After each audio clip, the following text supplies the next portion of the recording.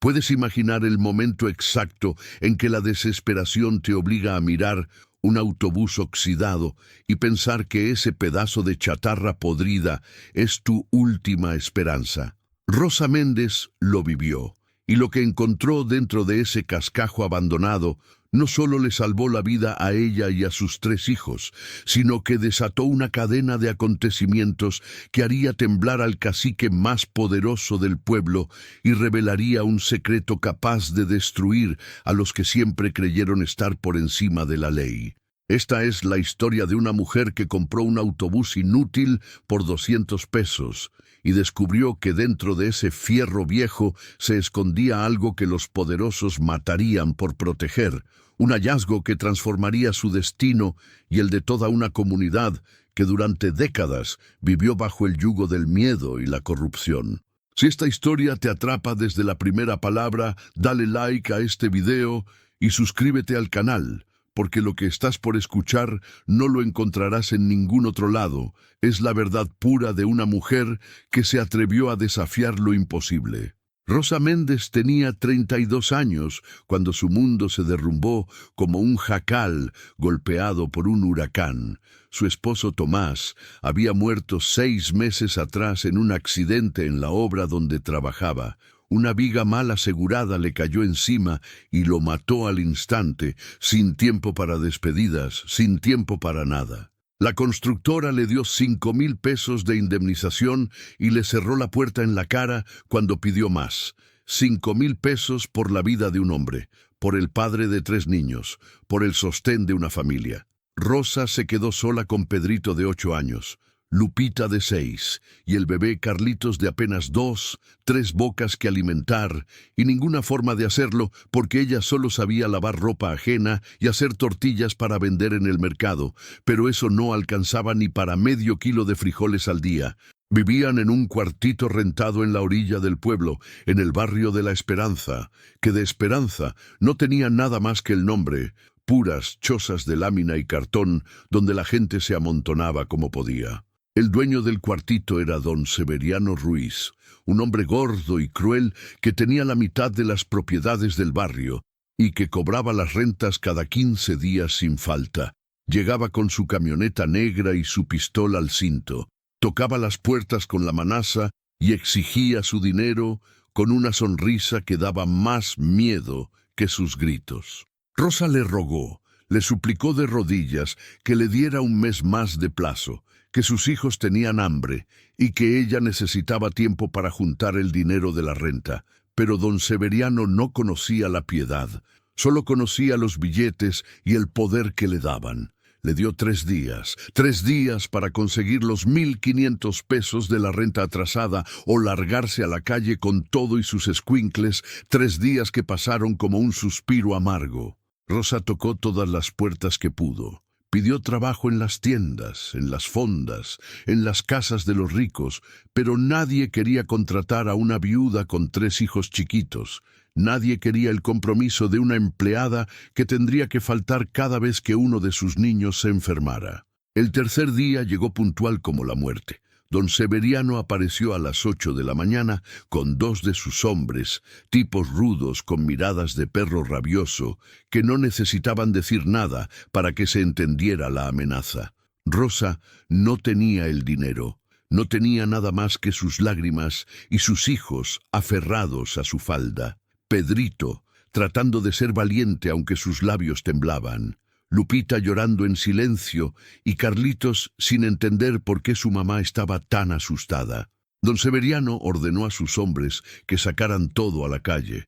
Las pocas pertenencias de Rosa terminaron en el polvo del camino, la ropa en bolsas de plástico, los trastes desportillados, el colchón viejo donde dormían los 4 apretados. Todo quedó ahí tirado como basura mientras don Severiano cerraba el cuartito con candado y le decía a Rosa que más le valía no volver a aparecerse por ahí si no quería problemas de los gordos. Rosa se quedó parada en medio de la calle con sus 3 hijos y sus pertenencias desparramadas, sin techo, sin dinero, sin futuro. La gente del barrio miraba desde las ventanas y las puertas, pero nadie salía a ayudar porque todos le tenían miedo a don Severiano. Todos sabían que meterse con él era meterse en problemas que podían terminar muy mal. El sol pegaba duro esa mañana de julio y Rosa sintió que se le acababa el aire, que la tierra se abría bajo sus pies y que no había manera de salir de ese hoyo negro en el que había caído. Pero cuando miró los ojos de sus hijos, esos ojos llenos de miedo y hambre y necesidad, algo se encendió dentro de ella, una chispa de rabia y coraje que no sabía que tenía. No iba a rendirse, no iba a dejar que sus hijos durmieran en la calle como perros. No iba a permitir que don Severiano y todos los desgraciados como él le quitaran lo último que le quedaba, su dignidad de madre. Rosa juntó sus cosas como pudo y cargó al bebé en la espalda. Le dio una bolsa a Pedrito y otra a Lupita y caminaron hacia el otro lado del pueblo, hacia el basurero municipal, donde había escuchado que algunas familias se instalaban entre la mugre y los desechos. Caminaron bajo el sol inclemente durante más de una hora. Los niños se quejaban del cansancio y la sed, pero Rosa no podía parar. No podía detenerse, porque si lo hacía iba a derrumbarse y no iba a poder levantarse nunca más. Llegaron al basurero cuando el sol estaba en su punto más alto. El hedor era insoportable. Nubes de moscas zumbaban sobre montañas de basura podrida y algunos perros flacos escarbaban entre los desechos buscando algo que comer. Rosa vio a otras familias viviendo ahí, construyendo chozas con pedazos de madera y láminas oxidadas que rescataban de la basura, niños descalzos y sucios jugando entre la inmundicia, como si eso fuera lo más normal del mundo. El estómago se le revolvió, la bilis le subió a la garganta y las lágrimas empezaron a rodar por sus mejillas. ¿Era esto lo que les esperaba? ¿Vivir entre la basura como ratas? ¿Criar a sus hijos respirando veneno y comiendo sobras podridas? No, no podía ser. Tenía que haber otra opción. Tenía que haber una salida de esta pesadilla. Rosa se dio la vuelta y siguió caminando sin rumbo fijo, solo alejándose del basurero y de ese futuro horrible que se cernía sobre ellos como un buitre. Caminaron por caminos de terracería, entre matorrales secos y nopales, hasta que Lupita ya no pudo más y se dejó caer en el suelo llorando que le dolían los pies. Rosa se sentó junto a ella y sacó la única botella de agua que llevaba. Les dio a beber a los 3 niños y ella no tomó nada aunque la garganta le ardía como si hubiera tragado fuego. Estaba a punto de rendirse, a punto de volver al basurero y aceptar su destino cuando vio algo a lo lejos, al final de un camino que se perdía entre los mezquites y las piedras. Era un autobús viejo, un cascajo oxidado que parecía haber sido abandonado ahí desde hacía décadas. Las llantas estaban ponchadas y hundidas en la tierra, las ventanas rotas y el color azul de la carrocería casi borrado por el sol y el óxido. Rosa se puso de pie con el corazón latiéndole más rápido. Un autobús abandonado era mejor que nada, al menos tenía techo y paredes y podían pasar la noche ahí mientras ella pensaba qué hacer. Se acercaron al autobús despacio, con cuidado de no pisar víboras o alacranes que pudieran esconderse entre las piedras. La puerta del autobús estaba abierta y colgando de una sola bisagra. Adentro, todo estaba cubierto de polvo y telarañas, los asientos desgarrados y el piso lleno de hojas secas y excremento de animales. Olía a humedad y abandono, pero Rosa no podía darse el lujo de ser exigente. Este autobús era ahora su casa y tenía que hacerlo funcionar. Pasaron esa primera noche acurrucados en los asientos de atrás, Rosa abrazando a sus 3 hijos y cantándoles canciones bajito para que no tuvieran tanto miedo de los ruidos nocturnos, los aullidos de los coyotes y el crujir del metal viejo expandiéndose con el frío de la madrugada. Al día siguiente Rosa se puso a limpiar el autobús con las pocas cosas que tenía, barrió el piso con un manojo de ramas y limpió las ventanas con un trapo mojado en agua que trajo del arroyo cercano. Los niños la ayudaron como pudieron, Pedrito juntando las piedras grandes del camino y Lupita cuidando a Carlitos para que no se metiera nada sucio a la boca. Para el mediodía, el autobús ya se veía un poco mejor. Rosa colgó una sábana vieja en las ventanas rotas para que no entrara tanto sol y acomodó el colchón en el pasillo entre los asientos. No era mucho, pero era suyo, era su refugio y nadie se lo iba a quitar. Los días siguientes fueron duros, durísimos. Rosa caminaba todas las mañanas hasta el pueblo para vender las tortillas que hacía en un comal improvisado con piedras y leña que recogía del monte. Ganaba unos cuantos pesos que apenas alcanzaban para comprar frijoles y chile y algo de masa para el día siguiente. Los niños se quedaban en el autobús. Pedrito cuidando a sus hermanos con una responsabilidad que no debería tener ningún niño de 8 años. Rosa volvía al atardecer con los pies hinchados y el cuerpo adolorido, pero siempre con una sonrisa para sus hijos, siempre con alguna historia que inventaba para hacerlos reír y olvidar por un momento que vivían en un autobús abandonado en medio de la nada. Una tarde, Rosa estaba limpiando debajo de los asientos del fondo cuando su mano tocó algo duro escondido entre el metal oxidado y el relleno podrido. Jaló con fuerza y sacó una caja de metal negra, pesada y cerrada, con un candado viejo que se deshizo con solo tocarlo. El corazón le empezó a latir como tambor de fiesta. Las manos le temblaban mientras abría la caja y lo que vio adentro la dejó sin aliento, sin voz, sin pensamiento. Había dinero, fajos y fajos de billetes viejos amarillentos por el tiempo, pero todavía buenos. Había joyas, collares de oro y anillos con piedras que brillaban incluso bajo la luz débil del atardecer. Había documentos, papeles escritos a máquina con sellos oficiales y firmas importantes. Rosa cerró la caja de golpe y miró alrededor asustada como si alguien pudiera haberla visto. El corazón le golpeaba tan fuerte en el pecho que pensó que se le iba a salir. ¿Qué era esto? ¿De dónde había salido? ¿Por qué estaba escondido en este autobús abandonado? Sus manos seguían temblando mientras volvía a abrir la caja y sacaba los documentos. No entendía bien lo que decían porque muchas palabras eran complicadas y técnicas, pero alcanzó a leer nombres, nombres que conocía bien, nombres que todo el pueblo conocía. Don Severiano Ruiz aparecía en varios documentos, también el presidente municipal, Joaquín Salazar, y el comandante de policía Esteban Cortés. Había listas de propiedades robadas, de familias desplazadas, de sobornos pagados y recibidos, de amenazas cumplidas y muertes ordenadas.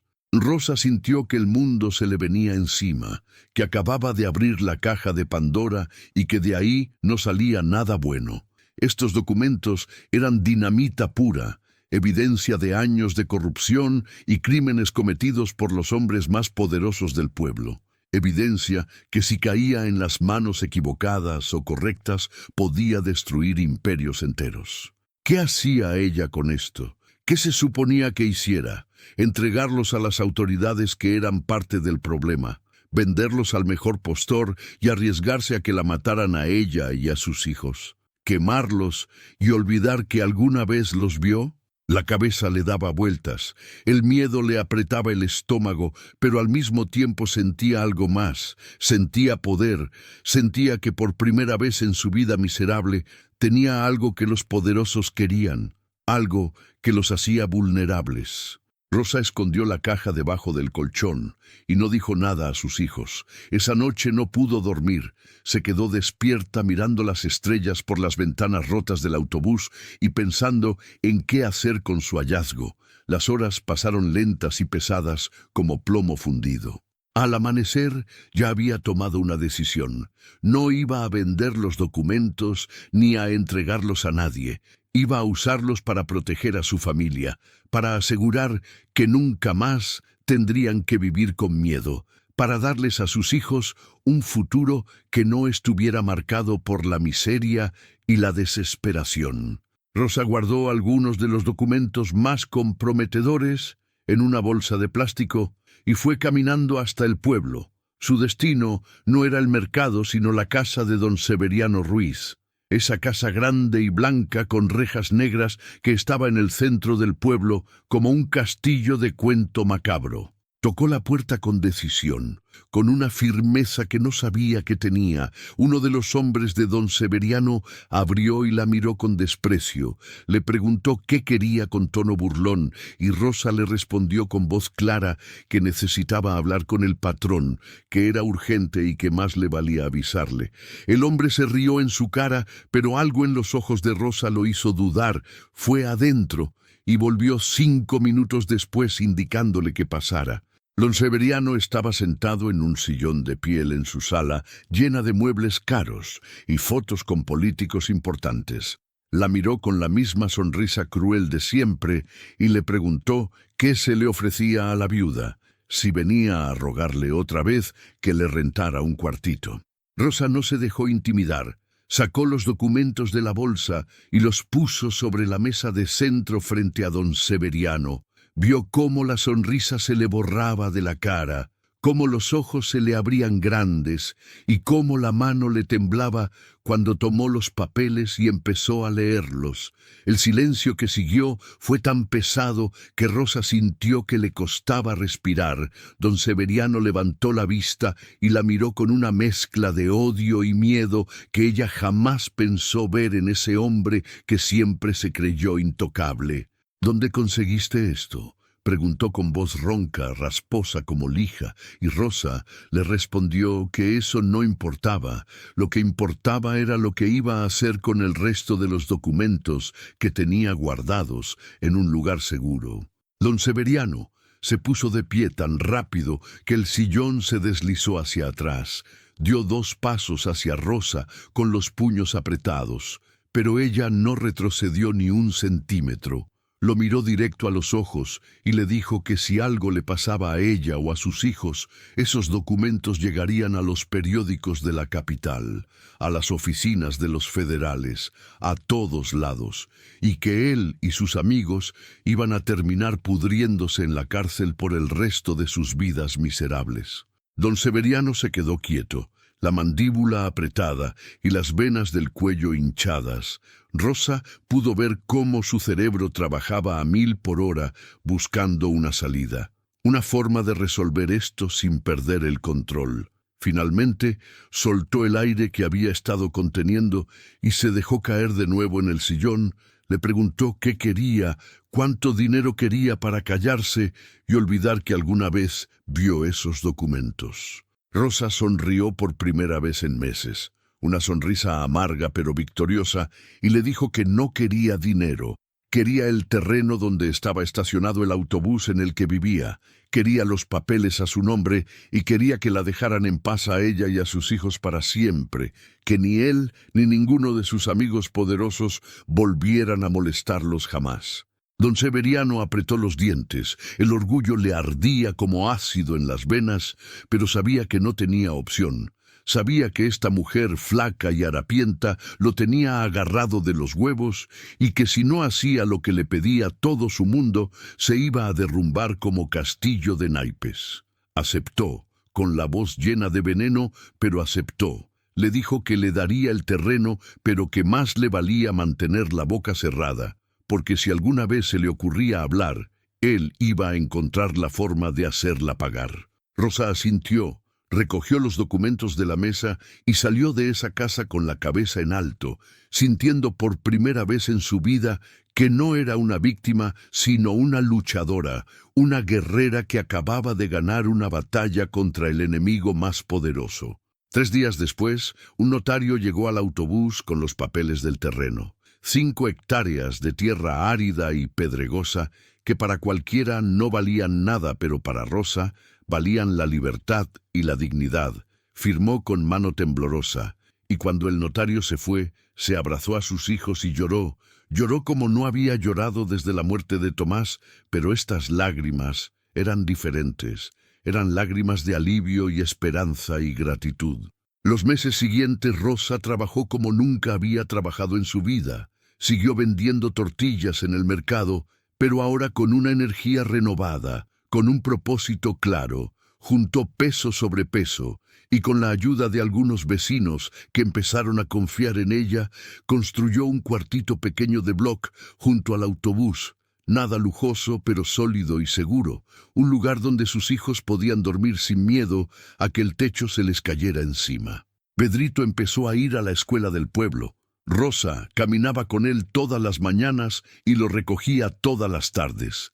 Lupita también empezó a ir cuando cumplió los 7 años y hasta el pequeño Carlitos iba al jardín de niños con su lonchera hecha de una lata vieja decorada con pintura de colores.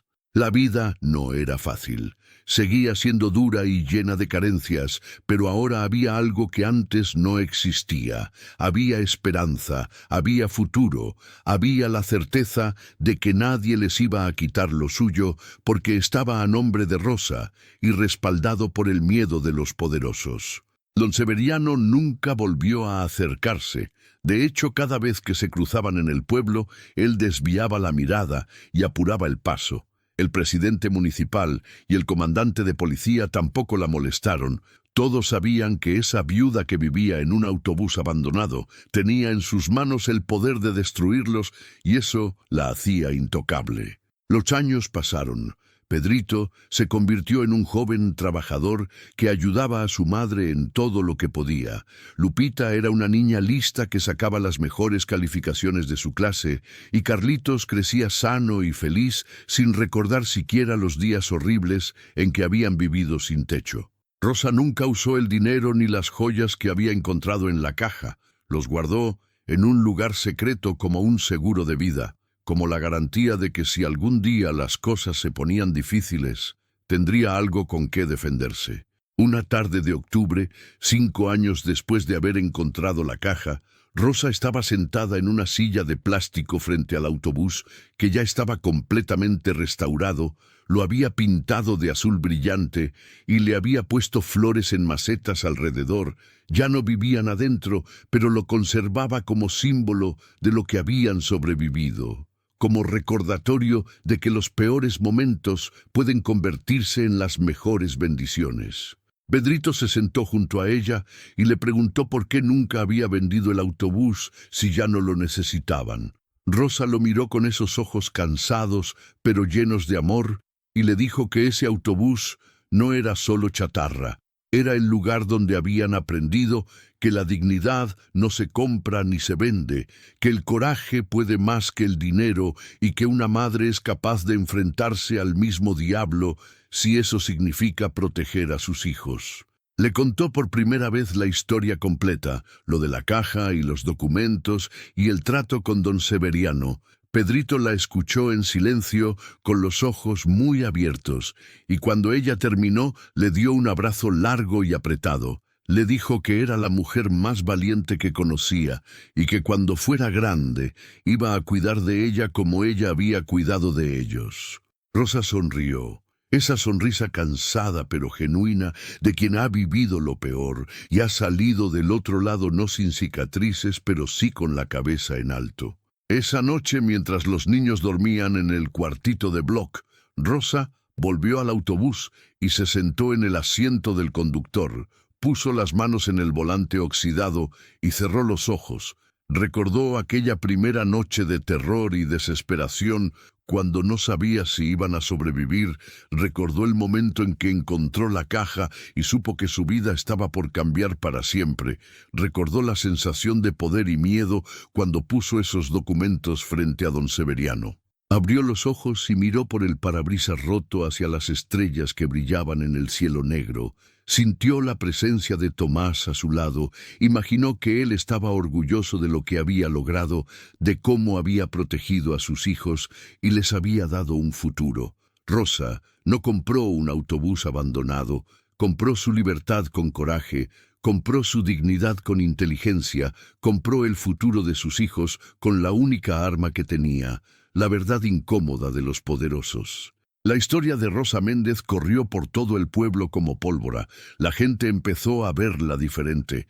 Ya no era la viuda pobre y desesperada, sino la mujer que había puesto de rodillas al cacique más temido de la región. Las otras mujeres del barrio iban a visitarla pidiéndole consejo. preguntándole cómo había encontrado el valor para enfrentarse a don Severiano.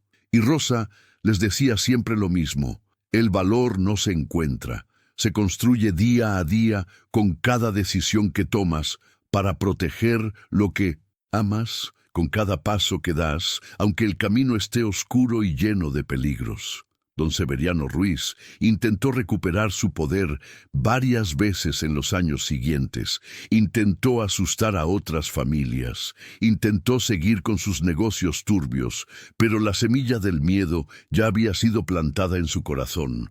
Sabía que los documentos seguían ahí afuera, que en cualquier momento podían salir a la luz y destruir todo lo que había construido con corrupción y violencia. Su imperio empezó a desmoronarse lentamente. Algunos de sus socios se alejaron. Algunas de sus propiedades fueron investigadas por autoridades estatales. Nunca llegaron a arrestarlo, pero su poder ya no era absoluto. Ya no era el hombre intocable que todos temían. El presidente municipal tampoco salió ileso. Perdió las elecciones siguientes en una derrota humillante y tuvo que salir del pueblo con la cola entre las patas. El comandante de policía fue trasladado a otra región después de que empezaran a surgir denuncias anónimas sobre su participación en negocios ilegales.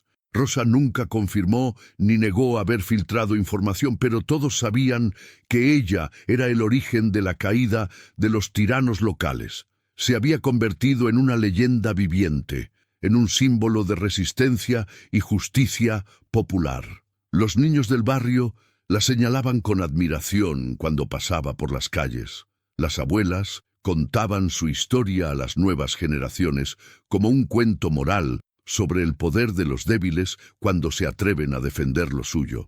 Rosa nunca se sintió cómoda con la fama. Ella solo quería vivir en paz con sus hijos y ver cómo crecían sanos y felices, pero entendía que su historia era más grande que ella, que representaba algo importante para toda la gente que había sido pisoteada y humillada por los poderosos. Decidió aprovechar su posición para ayudar a otros. Abrió un pequeño comedor comunitario en su terreno donde alimentaba gratis a los niños más pobres del barrio. Organizó grupos de mujeres para hacer artesanías que vendían en el mercado y repartían las ganancias entre todas. Se convirtió en la voz de los que no tenían voz, en la defensora de los indefensos. Hubo momentos difíciles todavía. Hubo amenazas anónimas e intentos de intimidación. Una noche alguien pintó amenazas de muerte en el autobús. Otra vez encontraron un perro muerto en su puerta con una nota que decía que sus hijos podían ser los siguientes. Pero Rosa no se dejó amedrentar, hizo copias de los documentos y las distribuyó entre personas de confianza con instrucciones de hacerlas públicas si algo le pasaba a ella o a su familia. Convirtió su seguro de vida en una red de protección imposible de romper. Los que quisieron hacerle daño se dieron cuenta de que era más peligrosa viva que muerta, que tocarla a ella o a sus hijos desataría una avalancha que los sepultaría a todos. Las amenazas cesaron gradualmente, la dejaron en paz no por respeto, sino por miedo, por el cálculo frío de que el costo de atacarla era mucho mayor que el beneficio de eliminarla. Rosa lo entendía perfectamente. Sabía que no era querida, sino temida, pero le bastaba con eso. El miedo era una herramienta de protección tan efectiva como cualquier otra. Pedrito terminó la secundaria con honores y consiguió una beca para estudiar en la preparatoria de la capital. Fue el primer joven del barrio en lograr algo así, y toda la comunidad celebró su éxito como propio. Rosa lloró de orgullo el día que lo vio partir en el autobús con su uniforme nuevo y su mochila llena de sueños. Le había dado lo que Tomás siempre quiso para sus hijos: educación y oportunidades. Un futuro que no estuviera limitado por la pobreza y la ignorancia. Lupita seguía sacando las mejores calificaciones y hablaba de ser maestra cuando fuera grande. Quería ayudar a otros niños como ella a aprender y crecer. Carlitos era un niño feliz y parlanchín que hacía reír a todos con sus ocurrencias y su energía inagotable. Rosa los miraba crecer y sentía que todo había valido la pena. Cada momento de terror, cada noche de hambre, cada lágrima derramada había servido para construir esto. Una familia unida y fuerte que sabía enfrentar las adversidades sin rendirse. El autobús azul se convirtió en un punto de referencia del barrio. La gente decía, vamos al autobús de Doña Rosa, cuando querían indicar direcciones. Se organizaban reuniones comunitarias, sentados en las sillas de plástico que Rosa ponía alrededor del vehículo.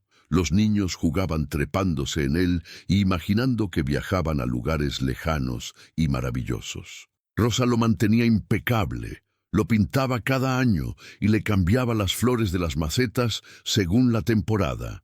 Ese autobús era su monumento personal, su trofeo de guerra, la prueba física de que había sobrevivido a lo imposible. Una tarde de lluvia, 7 años después de todo, llegó al autobús un hombre mayor bien vestido, con un portafolio de piel.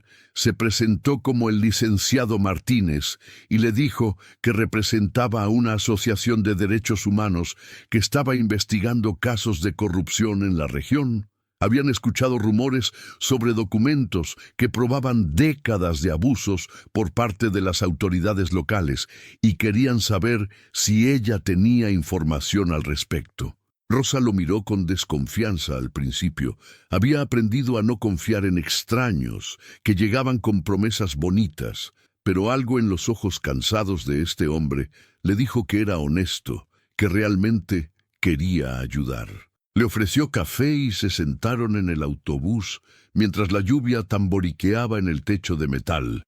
Rosa le contó su historia completa sin ocultar nada. Le habló de la caja y los documentos, de su trato con don Severiano y de cómo había usado el miedo de los poderosos para proteger a su familia. El licenciado Martínez la escuchó en silencio tomando notas. Cuando ella terminó, le dijo que lo que había hecho era extraordinario pero también peligroso, que si quería realmente hacer justicia, debería entregar los documentos originales para que fueran usados en un juicio formal contra los corruptos, que con su testimonio y las pruebas podrían meter a la cárcel a todos los responsables de tantas injusticias.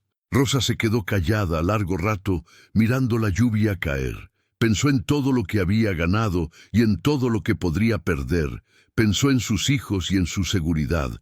Pensó en todas las familias que seguían sufriendo bajo el yugo de hombres como don Severiano. Finalmente levantó la vista y le dijo al licenciado que sí, que entregaría los documentos, pero con una condición: que garantizara por escrito que ella y sus hijos estarían protegidos durante todo el proceso, que tendrían custodia policial si era necesario, y que si algo salía mal, habría consecuencias legales para todos los involucrados en la investigación. El licenciado Martínez asintió y sacó de su portafolio un documento de protección de testigos.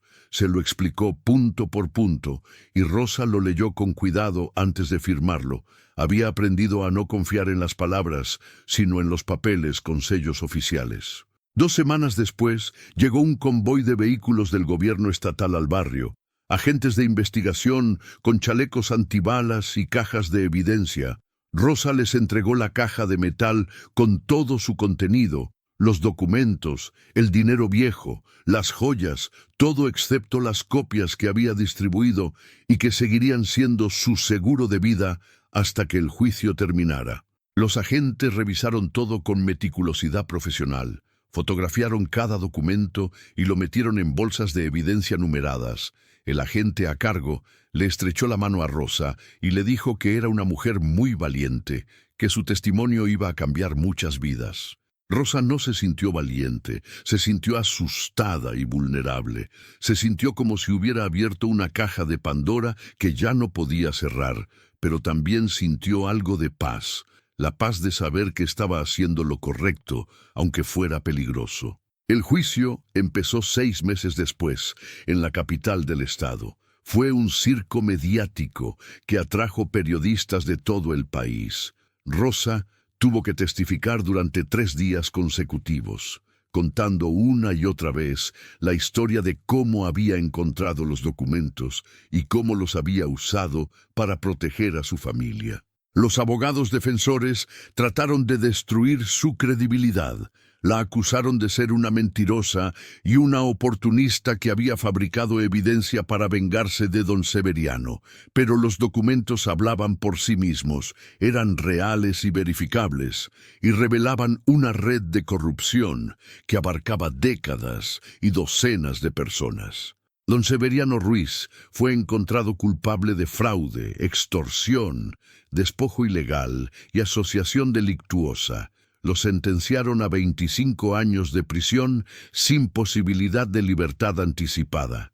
El presidente municipal, Joaquín Salazar, recibió 20 años por los mismos cargos, y el comandante Esteban Cortés recibió 30 años por agregar a su lista de crímenes la protección de narcotraficantes. Cuando Rosa escuchó los veredictos, sintió que un peso enorme se levantaba de sus hombros. No era alegría lo que sentía, sino alivio. El alivio de saber que esos hombres no podrían hacerle daño a nadie más, que sus hijos crecerían en un pueblo un poco más justo, gracias a lo que ella había tenido el coraje de hacer. Volvió a su casa en el autobús azul, convertida en heroína nacional. Los periódicos publicaron su foto en primera plana, las revistas le hicieron entrevistas, los programas de televisión la invitaron a contar su historia. Pero Rosa rechazó casi todo. Solo aceptó dar una entrevista a una periodista joven que le cayó bien, una muchacha de ojos honestos que le prometió contar su historia sin sensacionalismos ni mentiras. La entrevista se transmitió un domingo por la noche y la vieron millones de personas en todo el país. Rosa habló con sencillez y honestidad, sin adornos ni dramatismos innecesarios. Contó cómo el amor por sus hijos la había hecho más fuerte de lo que nunca pensó ser, cómo la desesperación la había empujado a tomar riesgos que ninguna persona cuerda tomaría, cómo un autobús abandonado se había convertido en el símbolo de su resistencia y su triunfo. Después de la entrevista empezaron a llegar cartas de todo México, cientos y cientos de cartas de mujeres que le contaban sus propias historias de abuso y desesperación, que le pedían consejos sobre cómo enfrentar a los poderosos que las oprimían, que le agradecían por haber tenido el valor de hacer lo que ellas no se atrevían a hacer. Rosa leía cada carta con lágrimas en los ojos, entendiendo que su historia había tocado algo profundo en el alma colectiva de su país, que representaba la lucha de millones de mujeres invisibles que todos los días enfrentaban injusticias sin tener las armas para defenderse. Decidió hacer algo con toda esa energía y ese apoyo.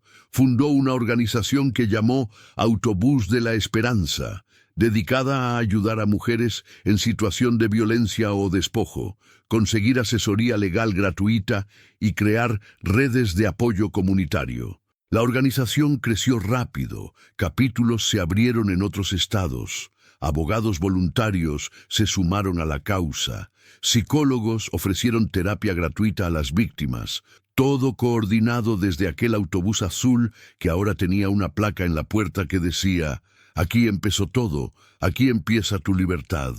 Pedrito terminó la preparatoria y entró a estudiar Derecho en la universidad.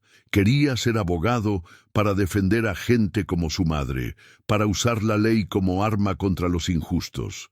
Lupita decidió estudiar trabajo social para ayudar directamente a las familias en crisis, y hasta el pequeño Carlitos ya hablaba de ser periodista para contar las historias que nadie más quería contar. Rosa los veía y sentía que su legado estaba asegurado, que el coraje y la dignidad que ella había descubierto en sí misma durante aquellos días oscuros ahora florecía en sus hijos y se multiplicaría en las generaciones futuras.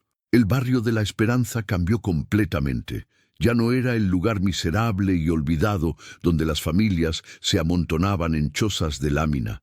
Don Severiano ya no estaba para cobrar rentas abusivas y muchas de las familias pudieron comprar los terrenos donde vivían a precios justos. Se organizaron en cooperativas y construyeron casas dignas, pusieron alumbrado público y pavimentaron las calles principales. Construyeron un centro comunitario donde los niños podían hacer la tarea y los jóvenes podían aprender oficios. Rosa fue la impulsora de muchos de estos cambios. Usó su influencia para conseguir apoyos del gobierno y donaciones de empresarios que querían limpiar su imagen, asociándose con su causa. Ella no rechazaba el dinero sin importar de dónde viniera, siempre y cuando fuera para beneficiar a la comunidad. Había aprendido que la pureza ideológica no alimentaba bocas ni construía escuelas. 10 años después del día en que había sido expulsada de su cuartito rentado, Rosa estaba sentada en el autobús azul, rodeada de sus hijos ya crecidos y de docenas de personas que habían llegado a celebrar el aniversario de la fundación de Autobús de la Esperanza. Había música y comida y risas, los niños jugaban entre los adultos y las abuelas contaban historias de los viejos tiempos cuando todo era más difícil. Rosa miró alrededor y sintió algo que había olvidado que existía. Sintió felicidad pura y completa, no la felicidad de quien no tiene problemas, sino la felicidad de quien ha sobrevivido a los peores problemas y ha salido del otro lado con cicatrices que ya no duelen, sino que recuerdan de dónde viene y qué tan lejos ha llegado. Pedrito se acercó con una copa de ponche y brindó por su madre, el mejor ejemplo de fortaleza y dignidad que conocía. Todos levantaron sus copas y gritaron «¡Salud!». Rosa sonrió con lágrimas en los ojos y agradeció a todos por estar ahí, por creer en ella cuando nadie más lo hacía, por construir juntos un futuro mejor para las siguientes generaciones. Esa noche, cuando todos se fueron y el barrio volvió al silencio, Rosa se quedó sola en el autobús, mirando las estrellas por el parabrisas que ahora estaba nuevo y limpio. Pensó en Tomás y le habló en voz baja como si él pudiera escucharla. Le contó todo lo que había pasado, todo lo que había logrado, todo lo que sus hijos se habían convertido. Le pidió que estuviera orgulloso de ella porque había cumplido la promesa que le hizo en su funeral. La promesa de que sus hijos tendrían una vida mejor que la suya, que nunca conocerían el hambre ni la humillación que ellos habían conocido. Sintió una paz profunda, la sensación de misión cumplida, de trabajo bien hecho contra todos los pronósticos. Rosa nunca dejó de vivir con sencillez, a pesar de que ahora tenía recursos. Siguió viviendo en el cuartito de bloc junto al autobús. Siguió levantándose temprano para hacer tortillas, aunque ya no necesitaba venderlas para sobrevivir. Siguió vistiendo ropa simple y comiendo frijoles con chile, porque esas eran sus raíces y no las iba a negar por nada del mundo. La gente la respetaba por eso, por no haberse corrompido con el éxito, por seguir siendo la misma mujer humilde que había empezado con nada y lo había convertido en todo. Hubo ofertas tentadoras, políticos que quisieron que se postulara para puestos de elección popular, empresarios que le ofrecieron dinero para que promoviera sus productos, productores de televisión que querían hacer una serie sobre su vida, pero Rosa rechazó todo. No quería fama, ni poder, ni dinero más allá de lo necesario para mantener a su familia y su organización funcionando. Había visto cómo el poder corrompe incluso a los bien intencionados y no iba a caer en esa trampa. Su única ambición era seguir ayudando a quien lo necesitara, seguir siendo la voz de los que no tienen voz, seguir demostrando que los débiles pueden vencer a los poderosos si tienen coraje y astucia y un poquito de suerte. El autobús azul se convirtió en patrimonio cultural del Estado. Lo declararon monumento histórico y pusieron un letrero que contaba la historia resumida de Rosa Méndez y su lucha contra la corrupción. Turistas empezaron a llegar para tomarse fotos junto al vehículo y Rosa los recibía con amabilidad. Les contaba pedazos de su historia y les vendía artesanías hechas por las mujeres de la comunidad, todo para seguir generando recursos para la organización. El dinero y las joyas que había encontrado en la caja original nunca los usó para ella. Los donó completos a un fondo que creó para becar a jóvenes del barrio que quisieran estudiar la universidad. Hasta el último peso fue usado para darle a otros las oportunidades que ella nunca tuvo. Esa era su forma de agradecer la suerte que había tenido de encontrar esa caja en el momento exacto en que más la necesitaba. Rosa sabía que algunos dirían que fue la providencia, otros que fue el destino. Ella simplemente pensaba que había sido una coincidencia afortunada combinada con su decisión de no rendirse cuando todo parecía perdido. Los años siguieron pasando y Rosa envejeció con gracia. Las canas le llenaron la cabeza y las arrugas le marcaron la cara, pero sus ojos seguían siendo los mismos. Esos ojos de acero que habían mirado a don Severiano sin pestañear y le habían dicho que ya no le tenía miedo.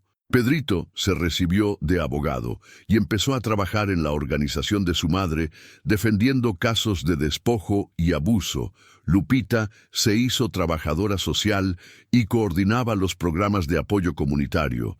Carlitos estudió periodismo y creó un medio digital que documentaba casos de injusticia en todo el país. Los 3 hijos de Rosa se convirtieron en extensiones de su lucha, en multiplicadores de su legado, en prueba viviente de que una sola persona con coraje puede cambiar el destino de muchas.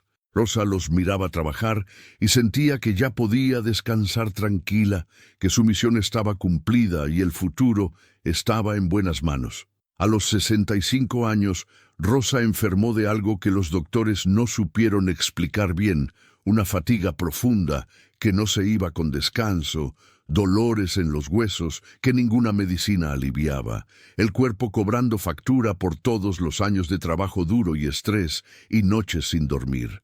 Pasó sus últimos meses en el cuartito de bloc rodeada de sus hijos y nietos, recibiendo visitas de todas las personas cuyas vidas había tocado, mujeres que venían a agradecerle por haberles dado el valor para escapar de sus maridos violentos, familias que le agradecían por haber ayudado a recuperar sus tierras robadas, jóvenes que le agradecían por las becas que les habían permitido estudiar y salir de la pobreza. Rosa escuchaba cada agradecimiento con humildad, siempre diciendo que ella solo había hecho lo que cualquiera hubiera hecho, aunque todos sabían que eso no era cierto, que muy pocas personas tienen el coraje de hacer lo que ella hizo. Una tarde de primavera, con el sol colándose por la ventana y el sonido de los niños jugando afuera, Rosa le pidió a Pedrito que la llevara al autobús. Quería estar ahí una última vez, en el lugar donde todo había empezado. Pedrito la cargó con cuidado. Su madre, que antes era tan fuerte, ahora pesaba como una pluma, la sentó en el asiento del conductor y ella puso las manos en el volante con reverencia, como quien toca una reliquia sagrada. Cerró los ojos y volvió a sentir el terror de aquella primera noche, el frío que le calaba los huesos y el miedo que le apretaba el corazón. Recordó cómo había abrazado a sus 3 hijos pequeños, prometiéndoles que todo iba a estar bien, aunque ella misma no lo creía.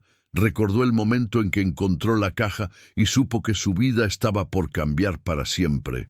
Abrió los ojos y miró a su hijo que la observaba con lágrimas rodando por las mejillas.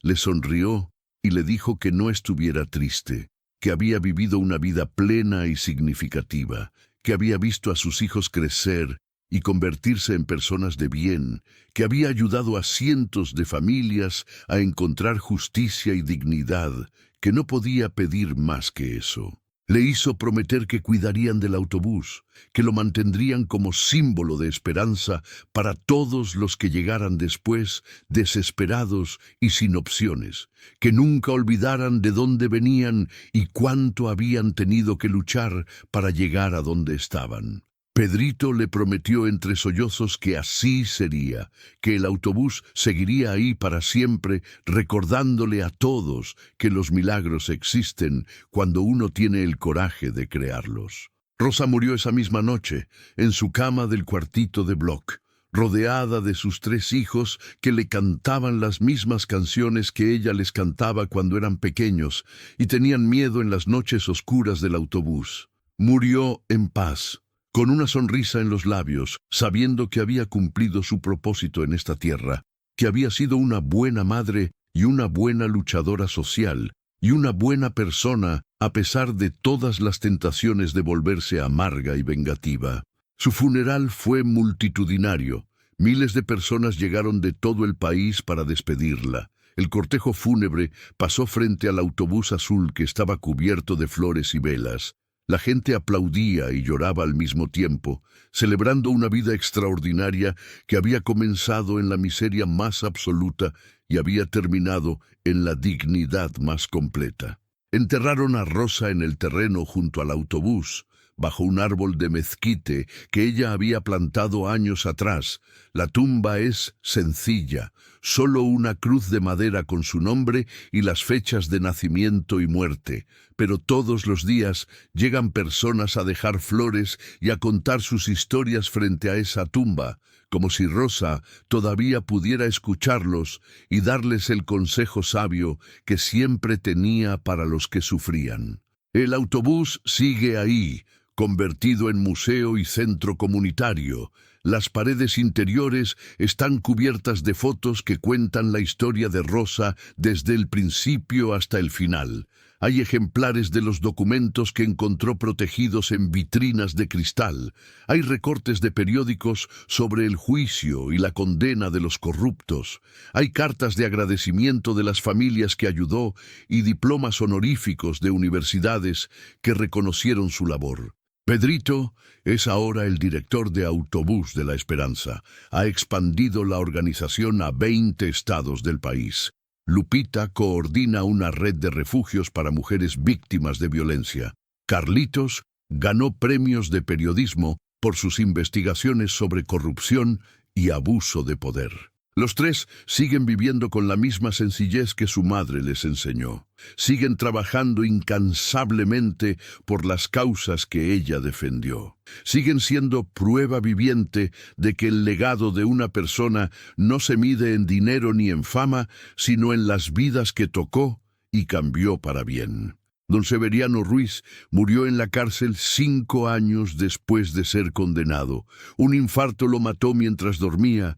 Nadie lloró su muerte. Su familia se había alejado de él avergonzada y su fortuna fue confiscada por el gobierno para pagar reparaciones a sus víctimas. El presidente municipal y el comandante de policía siguen cumpliendo sus condenas, viejos y olvidados, sin el poder que alguna vez los hizo sentirse invencibles. Son ejemplos vivientes de que eventualmente la justicia alcanza incluso a los que se creían intocables. La historia de Rosa Méndez se cuenta ahora en las escuelas como ejemplo de valentía cívica. Se escribieron libros sobre ella, se hicieron documentales, estudiantes de todo el país visitan el autobús azul para aprender sobre su vida y su lucha. Es considerada una heroína nacional, aunque ella siempre rechazó ese título diciendo que solo era una madre haciendo lo que tenía que hacer por sus hijos. Cada año, en el aniversario de su muerte, se organiza una marcha que parte del autobús y recorre todo el pueblo. Miles de personas caminan en silencio cargando velas y flores, honrando la memoria de la mujer que les enseñó que los poderosos solo son poderosos mientras los débiles aceptan ser débiles, que la dignidad no se regala ni se hereda, sino que se conquista con coraje y se defiende con inteligencia. Rosa Méndez no compró un autobús abandonado aquella tarde desesperada cuando el mundo se le venía encima. compró su libertad con el coraje de no rendirse, compró su dignidad con la astucia de convertir su hallazgo en un arma de protección. Compró el futuro de sus hijos con la valentía de enfrentar a los monstruos que todos temían. Ese autobús oxidado y viejo que cualquiera hubiera visto como basura, ella lo vio como refugio y se convirtió en el escenario de su transformación de víctima a guerrera, de desesperada a esperanzada, de invisible a inolvidable. Ahora dime tú, ¿qué harías si la desesperación te pusiera en el mismo lugar donde estuvo Rosa? ¿Tendrías el coraje de arriesgarlo todo por proteger a los tuyos? ¿Serías capaz de mirar a los ojos al monstruo que te ha pisoteado toda la vida y decirle que ya no le tienes miedo? Déjame tu respuesta en los comentarios, porque tu historia también importa, tu lucha también cuenta. Y tal vez tu coraje inspire a alguien más que está pasando por su momento más oscuro y necesita saber que sí se puede, que sí hay salida, que la dignidad nunca se pierde mientras tengas el valor de defenderla.